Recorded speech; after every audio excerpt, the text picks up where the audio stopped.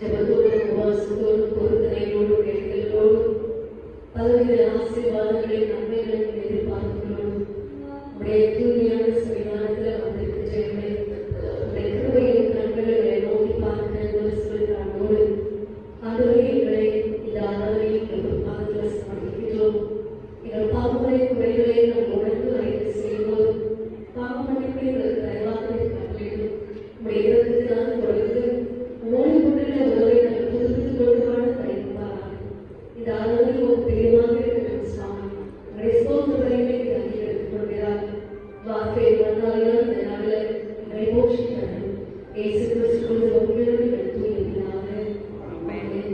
நம்முடைய ஆராதனைக்கு ஆரம்பமாக நாம் யாரும் எழுந்து கீர்த்தனை 5வது பாடலை நாம் சேர்த்து பாடுவோம். கீர்த்தனை 5 சர்வலோகாதிபா நமஸ்காரம் என்றார்.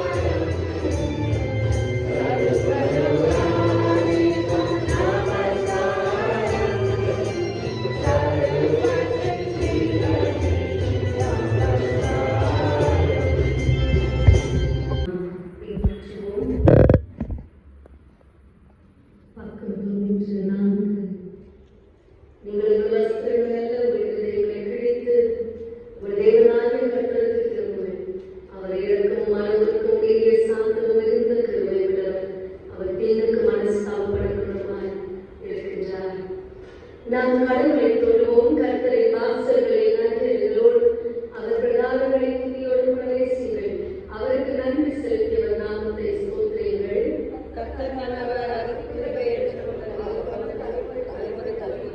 நம்மை உண்டாக்கின கர்த்தருக்கு முன்பாக நாம் பணிந்து கொண்டு விளையாடப்படுகிறோம். வாருங்கள்.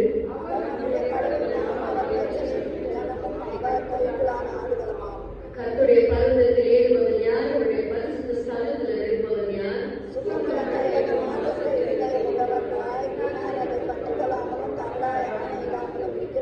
நமது கடவுளாகிய ஆண்டவருக்கு உதவி இருக்கும் மன்னிப்பு கூறியது. நாம் அவருக்கு விரோதமாக துரோகம் செய்தோம். நமது கடவுளாக கர்த்தரின் சொல்லுக்கு செவிகொடாமல் போனோம். நமது முடிவாக தீர்க்கதரிசி சொல்லிக் கொண்டு அவர் நமக்கு முன்பாக வைத்து அவருடைய பிரமாணங்களின்படி நாம் நடக்கவில்லை.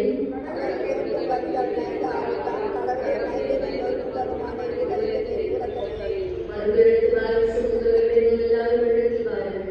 நான் உங்களை பாருங்கள் தருவேன்.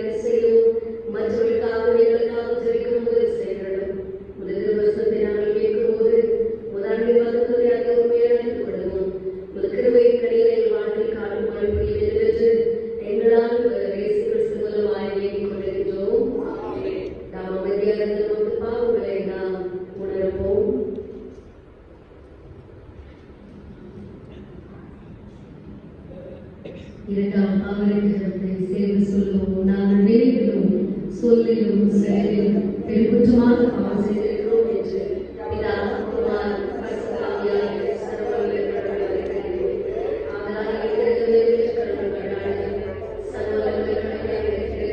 எல்லா பாவங்களையும் மன்னி நன்மையான செயல்களுக்கு உட்படுத்தி நீதிய ஜீவனை அடைய செய்யும் எல்லாரும் இயேசு கிறிஸ்து மூலம் வேண்டிக் கொள்கின்றோம்.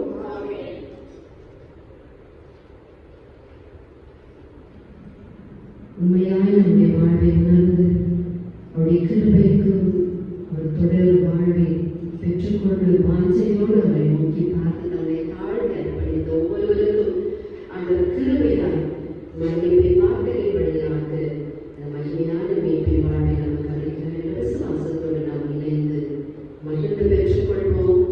இரக்கமுள்ள ஆண்டவரே, உம்முடைய விசுவாசமாயிருக்கிற ஜனமாகிய நாங்கள் சகல பாவங்களும் அல்ல சுத்திகரிக்கப்படுவதற்கும் அமைதியான மனதோடு உமக்கு ஊழியம் செய்வதற்கும் எங்களுக்கு பாவ மன்னிப்பை சமாதானத்தை அருளை செய்ய வேண்டும் என்று எங்கள் கர்த்தராகிய கிறிஸ்துவின் மூலமாய் வேண்டிக் கொள்கிறோம்.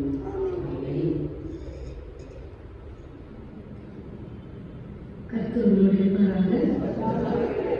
திருமலை ஆசிரியர் ஓசியாவின் புஸ்தகம் 13ஆம் அதிகாரம் வசனங்கள் 1 முதல் 6 வரை. Hosea chapter 13 verses from 1 to 6.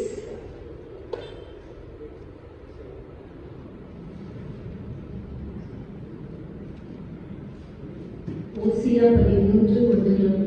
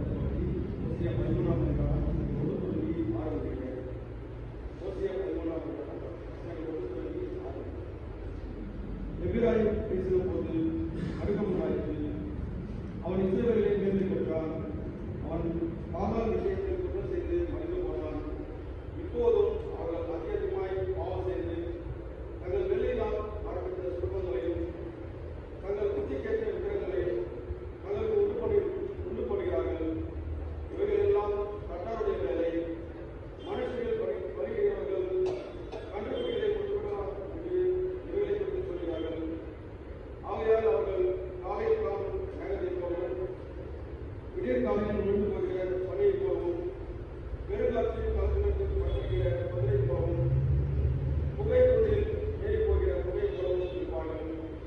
நான் உன்னை எகிப்து தேசத்திற்கு அழைத்து வந்தது முதல் உன் தேவனாய கர்த்தராயிருக்கிறேன். ஆகையால் நீ என்னையன்றி வேறு தேவை அறிய வேண்டாம். என்னையன்றி ரட்சிக்கப் ஒருவருமில்லை.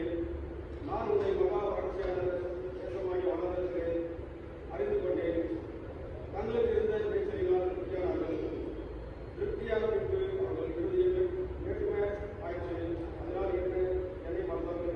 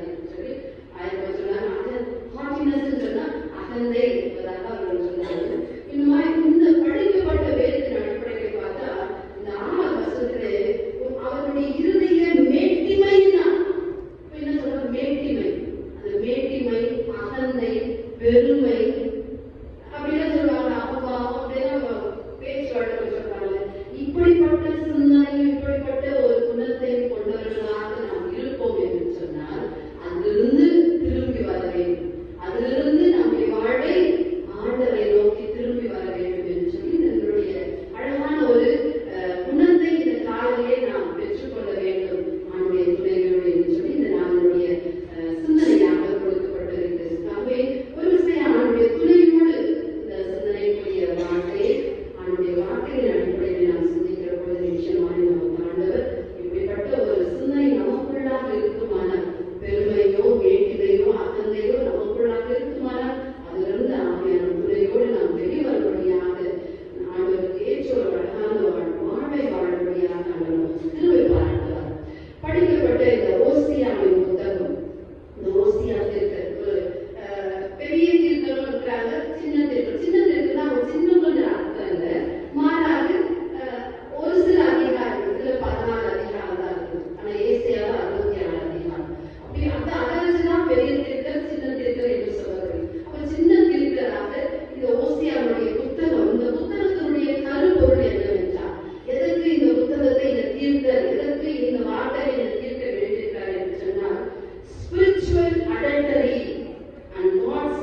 Changing love.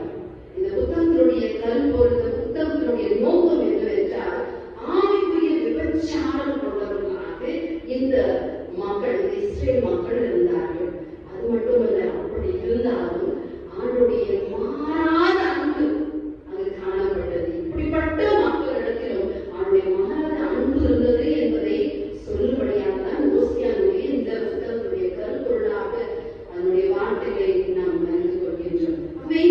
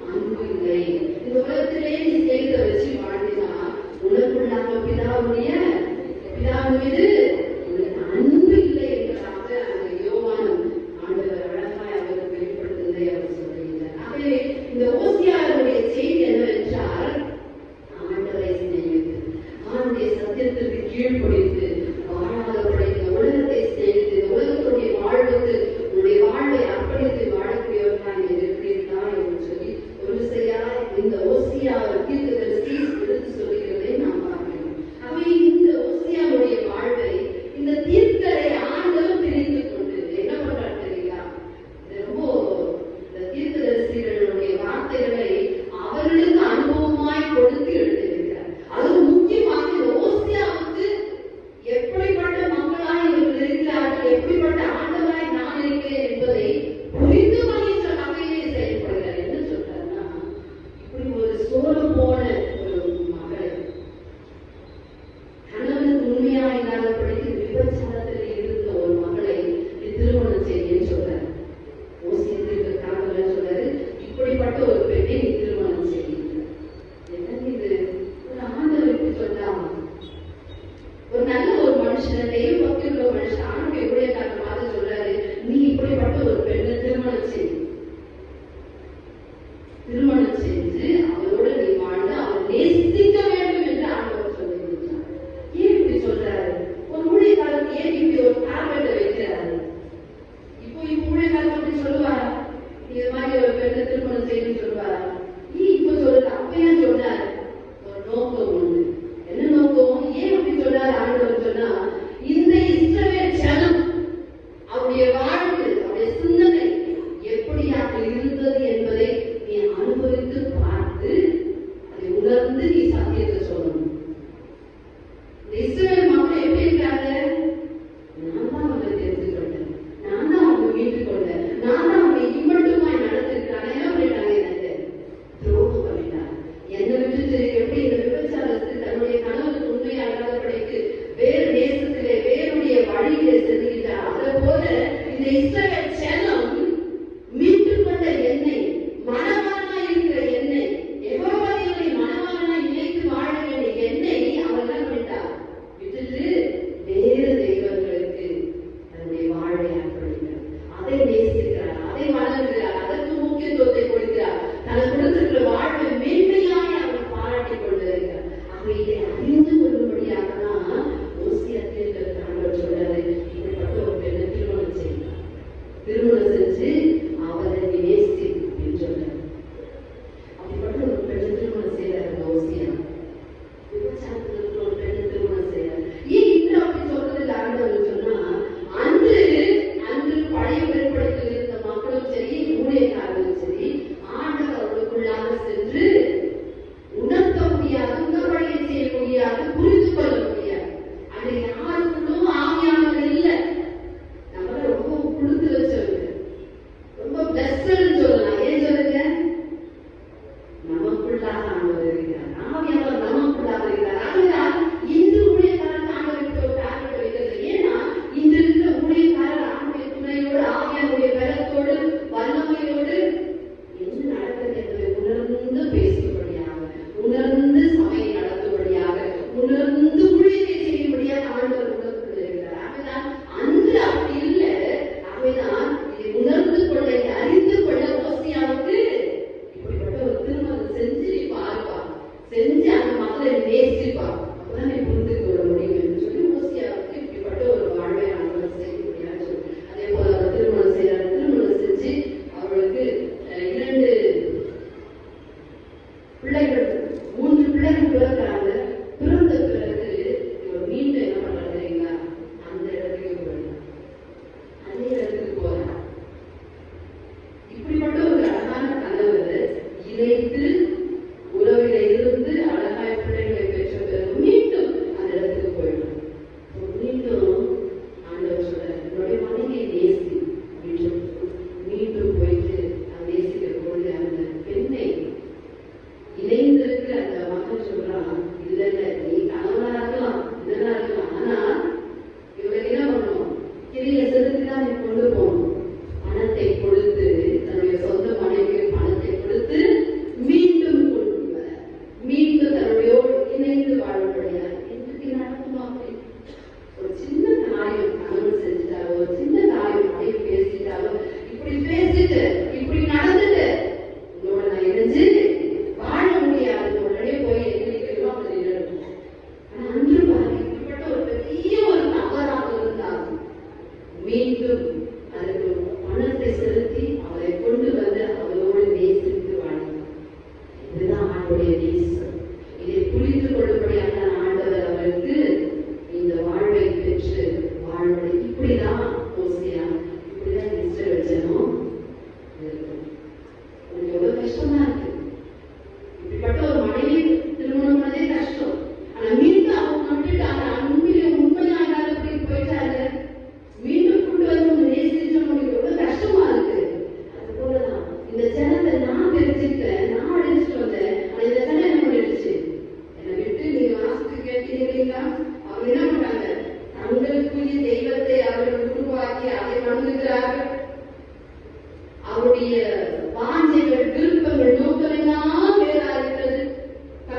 அந்த மேய்ச்சலினால் திருப்தியானார்கள். திருப்தியான பின்பு அவர்கள் இருதை மேட்டினால் அதனாலே ஆண்டவர் எல்லா ஆசீர்வாதத்தை கொடுத்திருக்கிறாரு. அதுல அவங்க திருப்தியா, மேட்டிமையா, பெருமையா, அகந்தியாக வேறு தெய்வத்தை வளர்க்கிறாங்க. அவருடைய வாழ்வு கூட இது ஆண்டவர் கொடுத்தது. இது ஆண்டவரால் பெற்ற படிப்பு, இது ஆண்டவரால் பெற்ற வேலை, இது ஆண்டவரால் பெற்ற ஆசீர்வாதம், இது ஆண்டவர் கொடுக்கப்பட்ட வாழ்வு என்று அதையெல்லாம் என்னை வைத்து பார்க்காதபடிக்கு தங்களுக்கு தாங்களே பெற்றுக் கொண்டது என்று சொல்லி அவர்கள் மேட்டிமையில் இருக்கிறார். திருப்தியா இருந்து மேட்டிமையா இருந்தே வாழ்வு காணப்படுகிறது என்று சொல்லி யோசியாவுக்கு அவர் வெளிப்படுத்துகிறார். அவருடைய வாழ்வின் வழியாகவே புரிந்து மக்களை அறிவுரையாக எப்ராஹிம் யாரு? யாரு படிக்க வேண்டிய 13ஆம்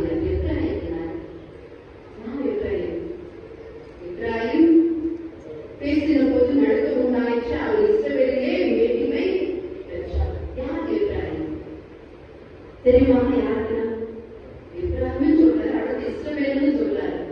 எப்ராஹிம் யார் தெரியுங்களா? நம்ம யோசேப்பு, யாக்கோபுடைய மகன் இல்லைங்களா? யோசேப்பு கடைசி மகன், பெரியவருக்கு முன்னாடி யோசேப்பினுடைய மகன் தான் இந்த எப்ராஹிம். அந்த நிகழ்வெல்லாம் தெரியும் இல்லைங்களா? யோசேப்பு இங்கிருந்து அண்ணன்மார்களால் விற்கப்பட்டு எங்க போறாரு? எகிப்துக்கு போறாரு. எகிப்துக்கு போன பிறகு அங்கு என்னென்ன பாடுகள்லாம் அவருக்கு அனுப்புறாருன்னு அங்க தெரியும். தெரிஞ்ச பிறகு அப்புறமா என்ன பண்றாரு? அவருக்கு ஒரு உயர்வு வருது, ஒரு ஆசீர்வாதம் வருது. அந்த இடத்திலே அந்த அரசன் அவனுக்கு ஒரு திருமணம் செஞ்சு வைக்கிறாரு. திருமணம் செஞ்சு முதல் ஒரு பிள்ளை பிறந்தான். முதல் ஒரு பிள்ளை பிறந்தவரு அவனுக்கு என்ன பேர் வைக்கிறாங்க? முதல் பிள்ளைக்கு இதை நீங்க ஆதியாகமம் 41ஆம் அதிகாரத்துல வாசித்தா இருந்தீங்க. முதல் பிள்ளை பிறக்கிறாரு. முதல் பிள்ளை பிறந்தோடு ஆண்டவர் இந்த இடத்துல கொண்டு வந்தாரு. இந்த இடத்துல தனிமையா இருந்தது, வேதனையா இருந்தது, நமக்கு விட்டு வந்தது அப்படின்ற அந்த வருத்தத்தோடு வேதனையோடு இருந்தேன். ஆனா ஆண்டவர் எனக்கு ஆசீர்வாதமா மனைவியை கொடுத்து ஒரு மகளையும் கொடுத்தார். அவை என்னை ஆசீர்வதித்தார். என்னுடைய வீட்டை ஆண்டவர் பார்க்கல என்று சொல்லி அவனுக்கு மனாசே என்று பெயர் வைத்தார். அடுத்து ஒரு பிள்ளை பிறக்கிறார். அந்த பிள்ளைய ஆண்டவர் கொடுத்த மாதத்துல அந்நிய தேசத்துல நான் இருந்தாலும் என்னை பழுது பெருகும்படியாக என்னுடைய சந்ததியை இன்னுமா ஆண்டவர் கூட்டி கொடுத்திருக்கிறார். நான் ஆசீர்வாதமாய் உயர்த்தி வைக்கப்பட்டிருக்கேன் என்று சொல்லி அவனுக்கு என்ன பெயர் வச்சாரு? என்ன பேருக்கு வாசம்? எப்ராஹிம். 2ஆவது மகன் எப்ராஹிம். இந்த பிள்ளை பேர் தான் இங்க வருது. ஏன் இங்க வருது இந்த பிள்ளை பேர் அப்படின்னு சொன்னா, அடுத்து நம்ம இந்த எகிப்தின் மக்கள் இந்த சந்ததி அந்ததி யாக்கோபு வர்றாரு, தன்னுடைய மகனை பார்க்கிறாரு.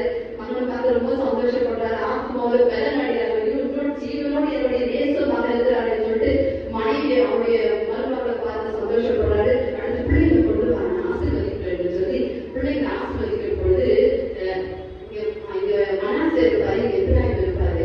மாத்தி கை வச்சு ஆசீர்வதிப்பாரு. அப்ப சொல்லுவாரு யோசேப்பு, இல்ல தகப்பனே, என் பிள்ளை மனாசே தான் பெருமை, அவன் மேல உன்னுடைய வலது கை வைங்க. எப்ராஹிம் சின்ன அவன் இடது கை.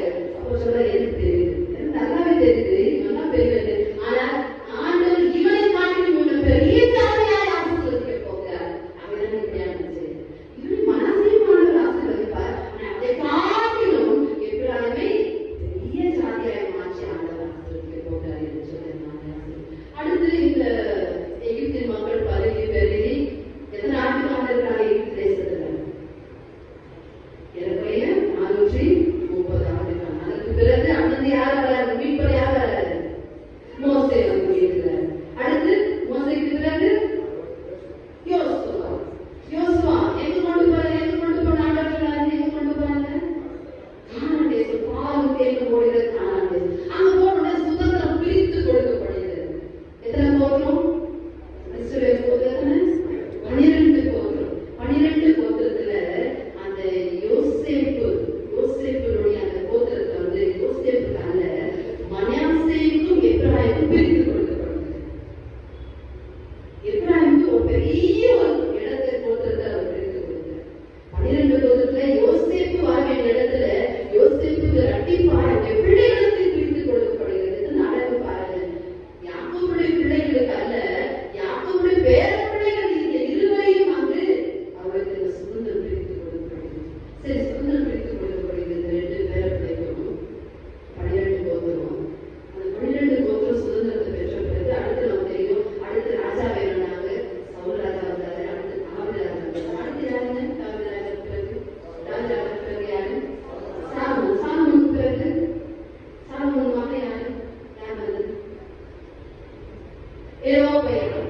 எரோபயம் அந்த ராஜாவோட ஆட்சி.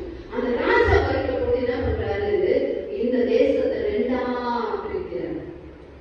தென் தேசம் வட தேசம் என்று. தென் தேசம்னா யாருன்னா யூத மக்கள். அவங்களுக்கு தலைநகரம் எருசலேம். வட தேசம் யாருன்னா இஸ்ரவேல் மக்கள். அவங்களுக்கு தலைநகரம் எதுங்க? எது அவங்களுக்கு தலைநகரம்?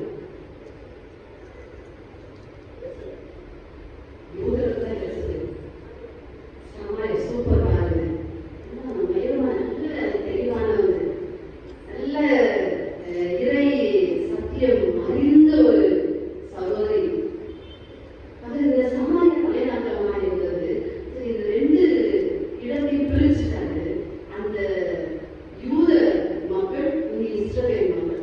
இந்த இஸ்ரவேல் மக்களுக்கு தான் இன்னொரு பெயர், அதான் என்ன சொல்லப்படுகிறது, இன்னொரு பெயர் தான் எப்பிராயீம்.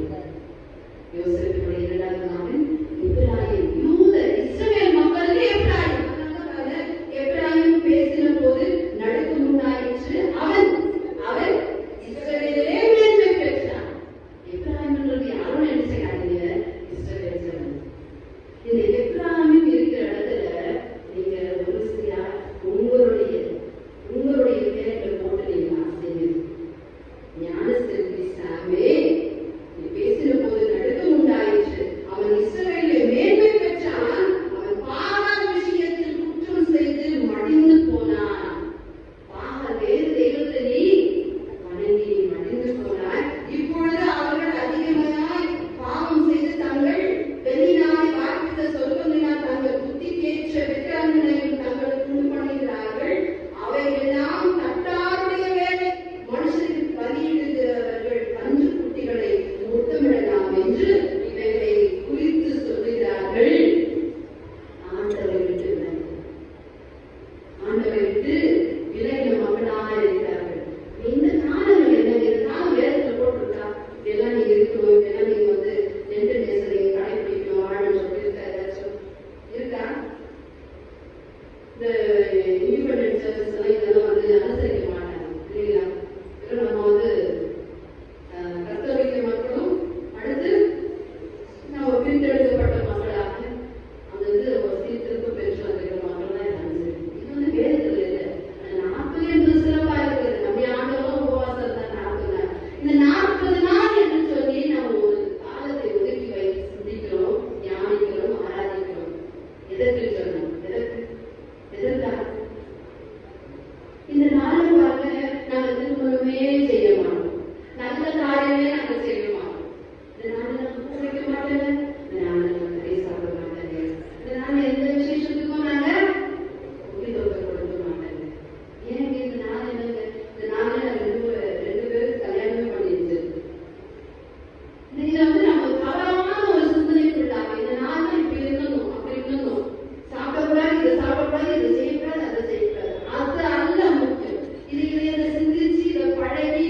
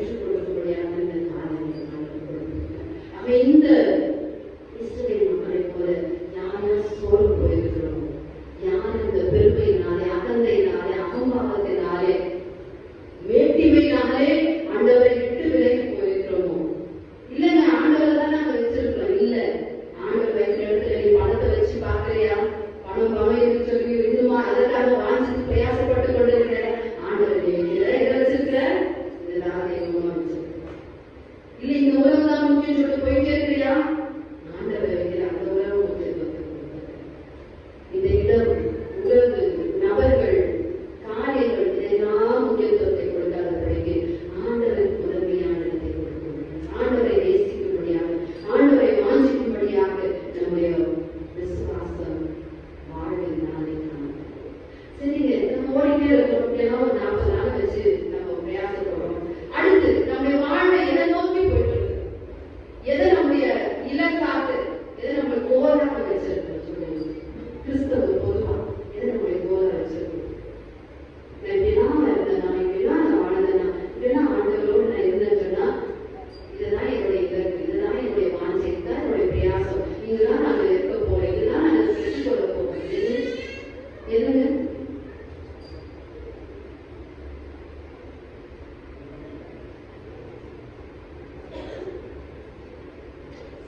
இப்ப ட்ரெயின் சென்னை ட்ரெயின் ஏறுறீங்க. சென்னை ட்ரெயின் ஏறின பிறகு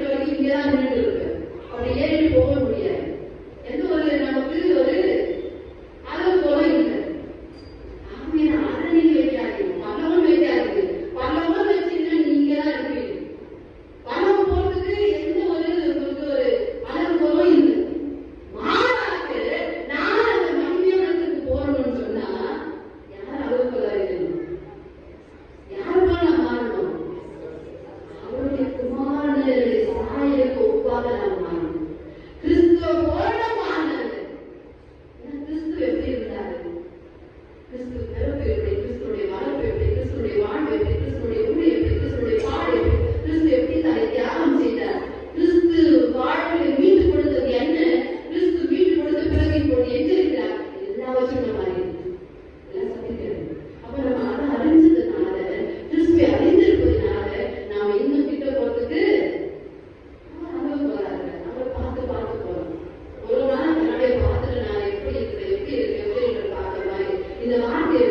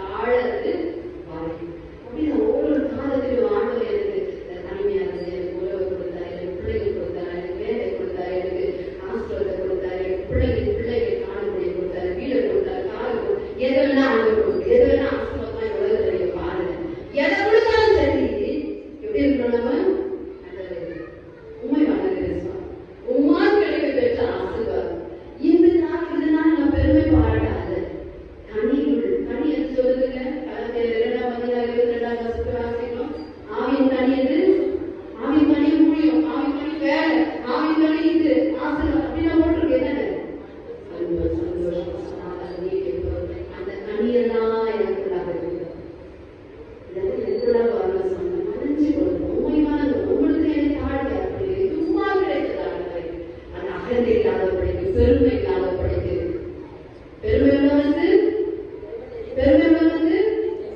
தேவன் எதிர்த்து நிற்கு மனுஷன் இல்லை மனுஷன் இருந்தாலும் அப்படியே கொஞ்சம் நம்ம சம்பாதிச்சு போயிடலாம் தேவனே எதிர்த்து நிற்கிறார் எந்த இடத்துல நீங்க இந்த கடந்த காலங்களை கடந்த நாட்கள் உங்களுடைய வாழ்க்கை எந்த இடத்துல நீங்க பெருமையா உங்களுடைய வார்த்தை உங்களுடைய சிந்தனை உங்களுடைய செயல்கள் இருந்ததை ஒரு சரியா செஞ்சுட்டு பாருங்க பெருமையா இருக்கு பெருமையா பேசிட்டு நான் பெருமையா வாழ்ந்தது சொன்னேன் இதை நான் படிச்சேன் ஏன் நிறைய பேருக்கு திரும்ப இல்லாம வாழ்ந்துருக்காங்க ஏன் திரும்ப ஆண்டு கொடுக்கறது ஏன் நம்ம வாழ்ந்துருக்கிறோம் ஒரு சரியா பெருமையா இருக்கிறதுனால நம்முடைய திரும்பி எழுதுறது திரும்பி எழுதுறதுக்கு காரணமே உடைய பெருமை அகந்தை இதனால எப்படி பேசணும் கனியில்லாத வாங்க விழுந்து நிற்கும் அதுதான் பெருமையா நிற்கும் ஆனா கண்ணீர் பிள்ளைங்க ஆண்டவர் கேட்க ஒரு சிறப்பான வாழ்வை வாழ நீதிமொழி 16:18 வருஷத்துக்கு நீதிமொழி 16:18 அழிவுக்கு முன்னானது